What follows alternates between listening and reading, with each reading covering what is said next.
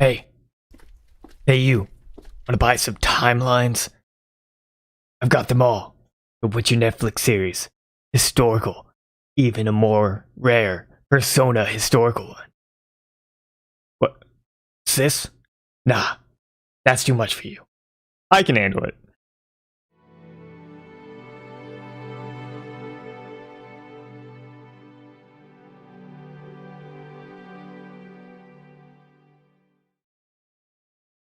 Hey there, so you want to understand the Fate timeline, or the Naruverse, or maybe you're just wondering what the fuck is going on. Well, I have read through countless wikis, seen an obscene amount of Fate media, played hundreds of hours of Fate games, and took over nearly 30 pages of notes, but even I wasn't nearly prepared enough to try and tackle the Fate timeline.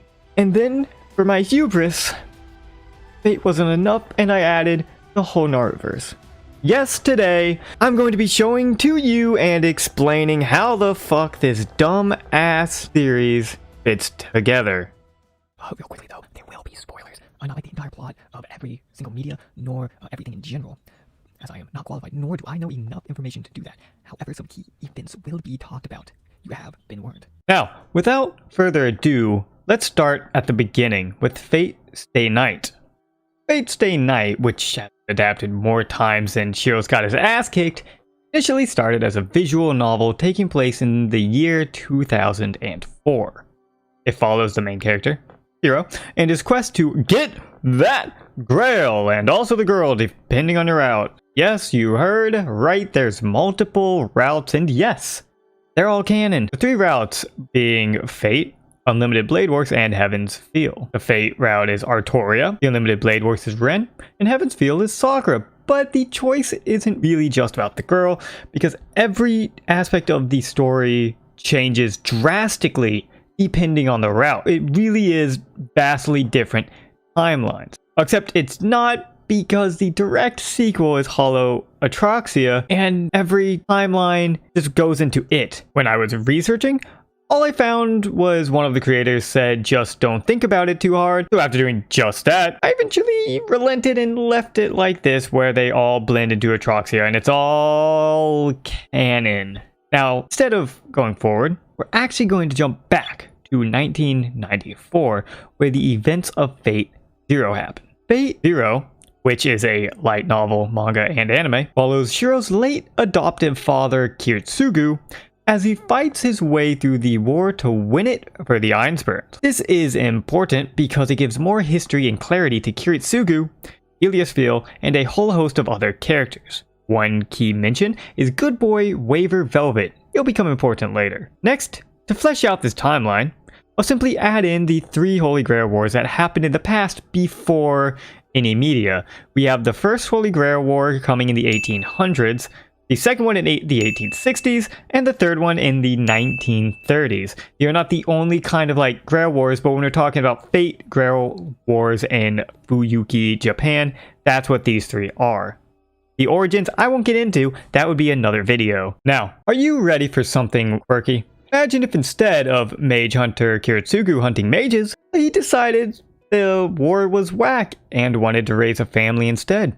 Well, then you'd have the Khalid timeline. For the events of Fate Zero, Kiritsugu and Irisfiel, his wife and Ilya's mother, decide to end the Grail War before it could ever begin, thus creating this new timeline where servants don't really exist. The Holy Grail War is stopped, everyone still wants to bone Shiro, and Ilya's a magical girl. Yes, you heard that right. Fate Khalid is a magical girl anime. It spans over 4 seasons.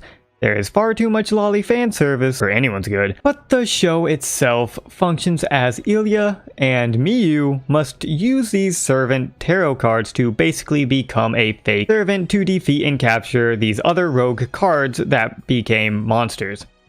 The Khalid timeline gets a little weird with the addition of Season 4, or 3-Ray, and the movie Oh Thunder Snow. In Oh Thunder Snow, we learn that Miyu actually comes from a different parallel timeline, which I dubbed the Miyu timeline. Creatively, I know. And after the events of that movie, she jumped to the Khalid timeline, which was right before season 1 of the show. However, in said show, Miyu goes back and Ilya ends up following her in a rescue attempt during the season of 3 Rei. Miyu's timeline isn't too different from the Khalid line, but the mana is drying up, the Grail Wars exist, and the use of the cards present in the show. Also, Jiro is a badass as hell in this series. There's also a DS game, but it's just Khalid, the DS game, nothing more. So right here. Now, with the Khalid timeline being finished, let's hop back to the main timeline to tie up the events that happen after Atraxia. The events of Fate Strange Fake happen. The story involves the American government witnessing and then trying to copy the third Holy Grail War from Fuyuki, but then messing it up and having everything go entirely wonky. For instance, one of the summoned servants is actually one of the guys participating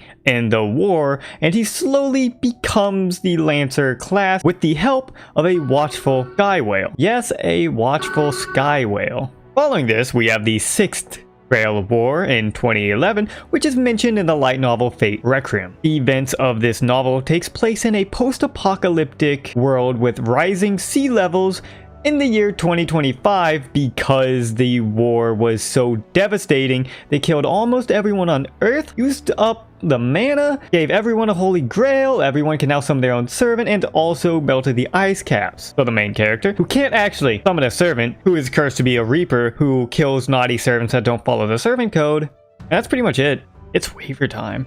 Going back to the ripe year of 2004, we have Lord El Malloy, the second case files. These events take place just about before Fate Stay Night and feature a grown-up waiver with adult debt and adult survivor's guilt. In Fate Zero, he stole a piece of Alexander's coat and then fucked off to Fuyuki to participate in the war, so he kind of feels bad that he survived it, didn't win, and also got his teacher, the first Lord Malloy, killed. So now he takes his name and deals with his survivor's guilt as he tries to pay off all this debt he accumulated. Now there is also a sequel to this called The Adventures of Lord El Malloy, which takes place in 2014, but I couldn't find much on it, so do you like time travel?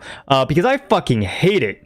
Here's a Fate Redline, where a boy from 2020 travels back in time to 1945 Imperial Japan, summons Akita Soji Saber, and fights Oda Nobunaga, in the process creating the Red Line timeline from the main line. And like, look, I am aware it's technically unrelated and unconnected, but I think it's nicer this way, and there's nothing in Fate that says Tokyo couldn't be bombed and that it couldn't exist here, and I like it better. Okay, Mom? And now, for my favorite time, the happy timeline. This is where Fate stops being so damned bleak and everyone just has a good time together. I put today's menu for the Emiya family and Fate School here because they're both just good, funny, happy vibes, with no 5th grader, 18-year-old weird homunculus child getting her eyes ripped out. Just Emiya cooking for his fake family, people getting up to school shenanigans. Fate Extra is a game for PSP where you basically rock, paper, scissors servant each other until someone wins in a massive battle royale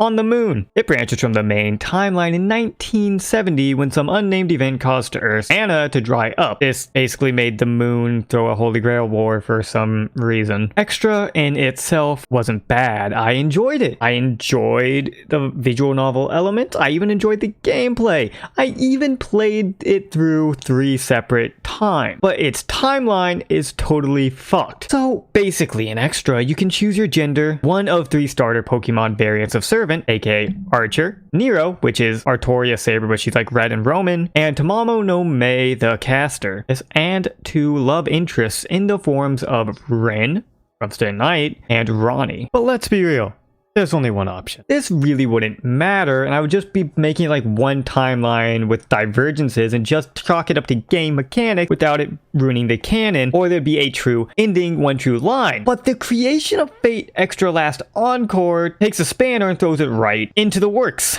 Due to Fate Extra Last Encore taking place in the year 3020 AD, and it having its lore set in stone that the protagonist in Extra was a girl and chose Nero, that means it's only a direct sequel to that specific route. I mentioned Ren and Ronnie, but they're both in Last Encore and don't act like you chose either one, so it doesn't matter. Then you have the sequel to Extra that wasn't the anime adaptation of Fate Extella. You may wonder, how does that follow Fate Extra if you have the specifically like one timeline just going straight out into the anime adaptation? How does Extella do it? Well, every other route funnels into Extella, and also none of the events of Extra happened. See, the only way to see the events of Extra that happened in the Extella universe is to look on the creator's blog, where apparently he made a post. Well, I'm left with a shitty mess where basically everything funnels in, and whatever you think you did in Extra didn't happen, so like, you know, whatever.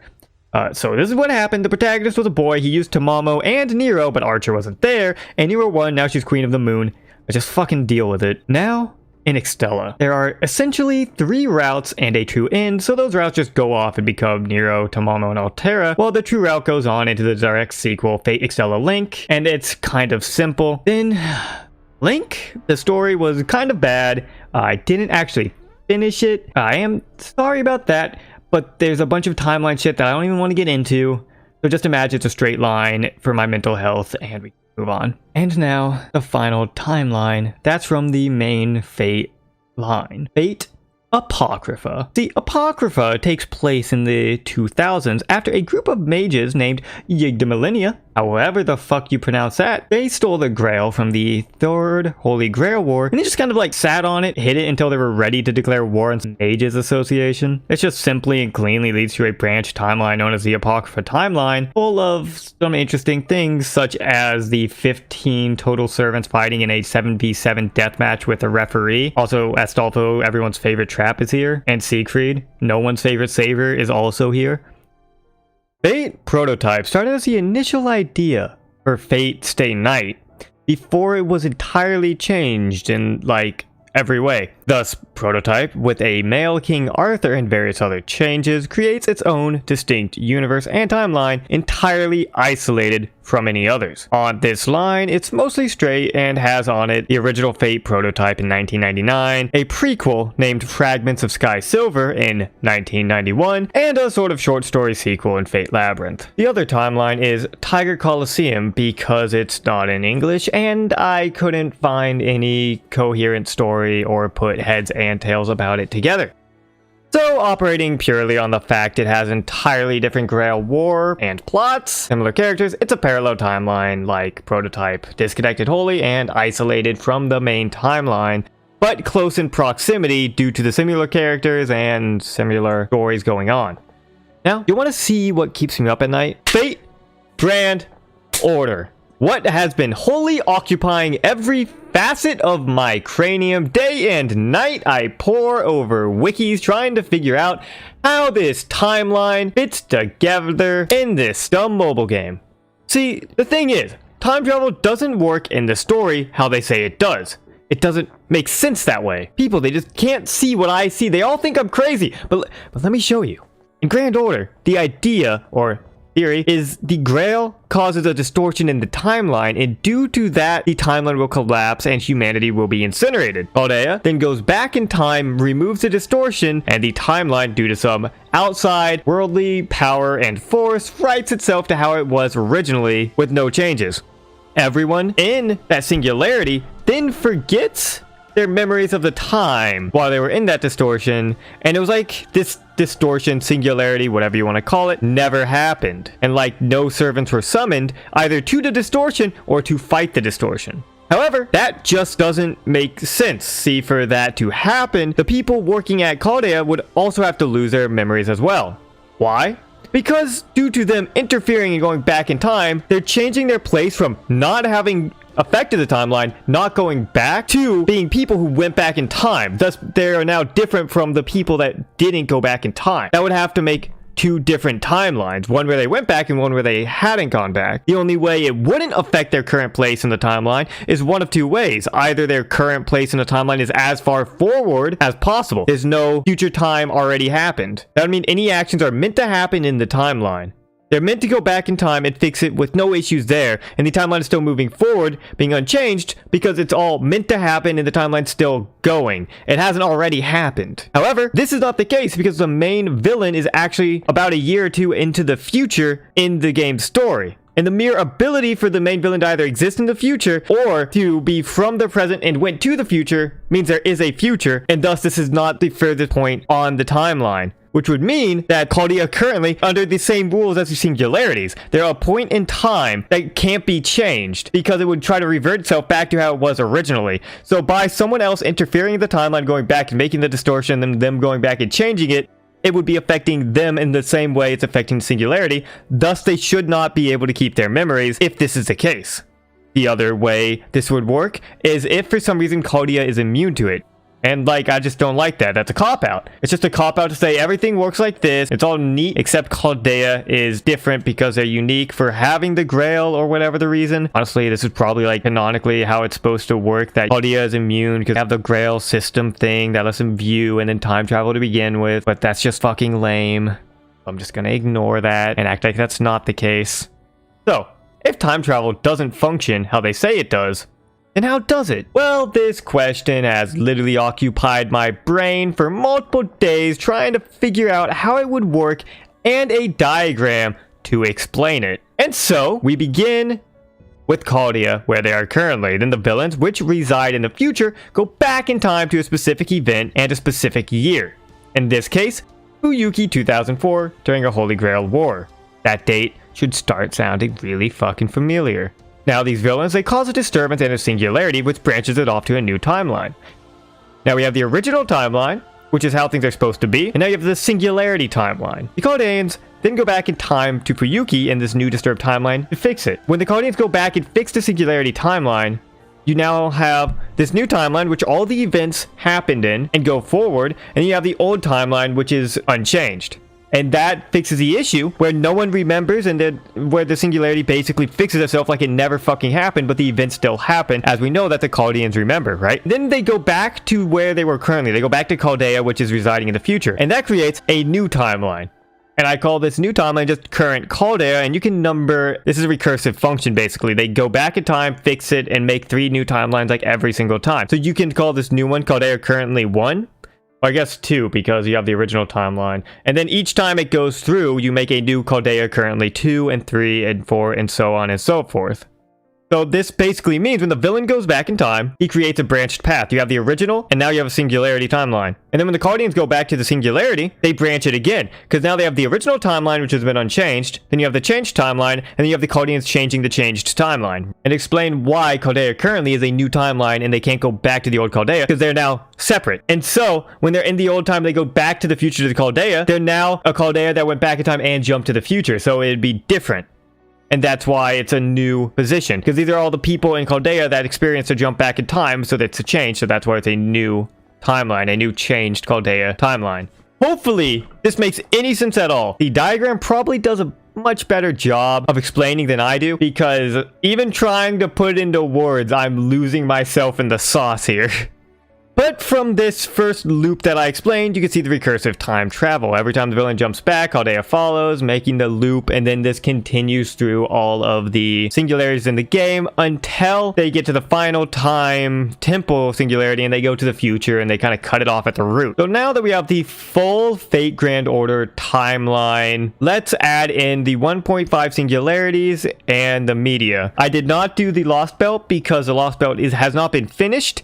I have not had a chance to actually play through them except for the first one, and they make even less sense than Fate Grand Order. So maybe for another day, give me like 5 years when all the Lost Belts are out. Maybe I'll come back, maybe I won't, who knows. The first media we have is Fate Grand Order First Order, the anime special. This takes place during the Fuyuki singularity. Then you have Learning with Manga FGO Chaldea. I'm going to put this at the original Chaldea simply because when this was created to help you learn Grand Order, so to me it just makes sense to put it at the beginning when they were talking about Grand Order. Then you have the 2 singularity anime adaptations taking place in Camelot, Babylonia. Babylonia is a show and an anime special, while Camelot's actually 2 movies. And finally, you have the Lost Room, Moonlight Lost Room, this little anime special, which was a really weird experience watching it, and it's supposed to take place after all the pseudo singularities, which I'll get to, and before the Lost Belts.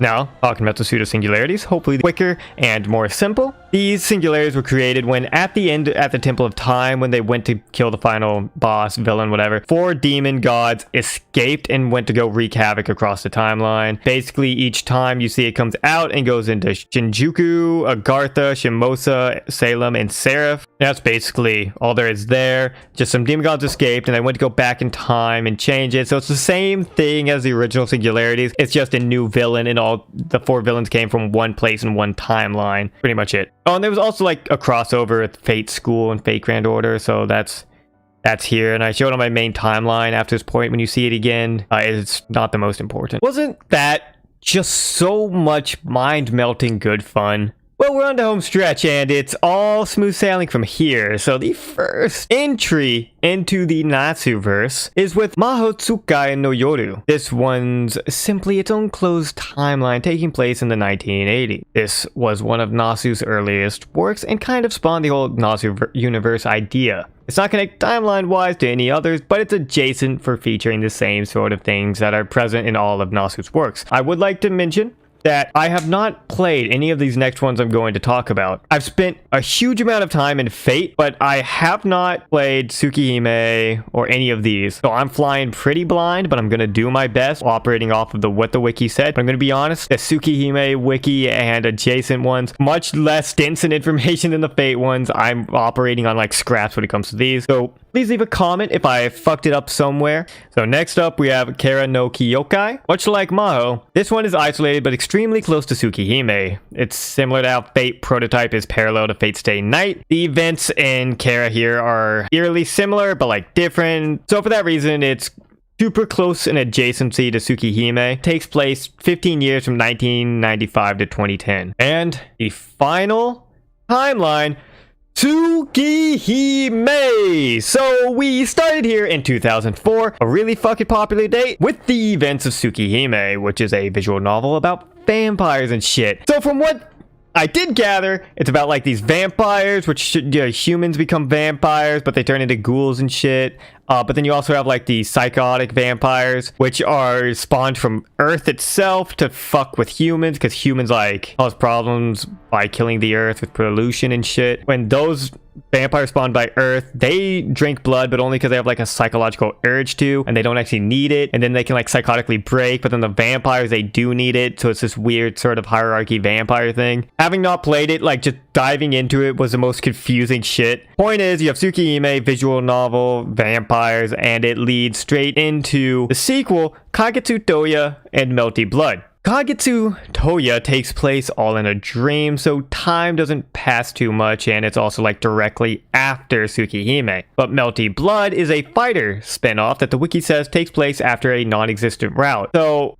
I don't know exactly what that means. That could mean like the Melty Blood is actually like its own timeline where Tsukihime happens, but only this non-existent route, or the route was cut but it's supposed to be in this timeline, so the route would be there. But then routes are always really weird and confusing, and having not played it, I don't know how the routes affect the timeline. Like in Fate Stay Night, where you have the 3 routes and they're all canon, all separate timelines, but they all go into Troxia. I just don't know. So I chose to keep it a little more simple, put Melty Blood here as well on the same timeline, and just assume this non-existent route happened here, or it was supposed to. Now, there are no more direct sequels to Tsukihime, but there are plenty of Melty Blood sequels. Fighting vampires, it doesn't really matter, so they're all here. More interestingly, we have 2 entries, Melty Blood Act Cadenza, which is removed from the timeline because of many numerous contradictions, so it's here connected, but also isn't. And then we also have Tsuki no Sengo. Tsuki no Sengo is a light novel, short story that is, if the events of Tsukihime didn't happen and humanity made it to the year 3000 AD. That's it.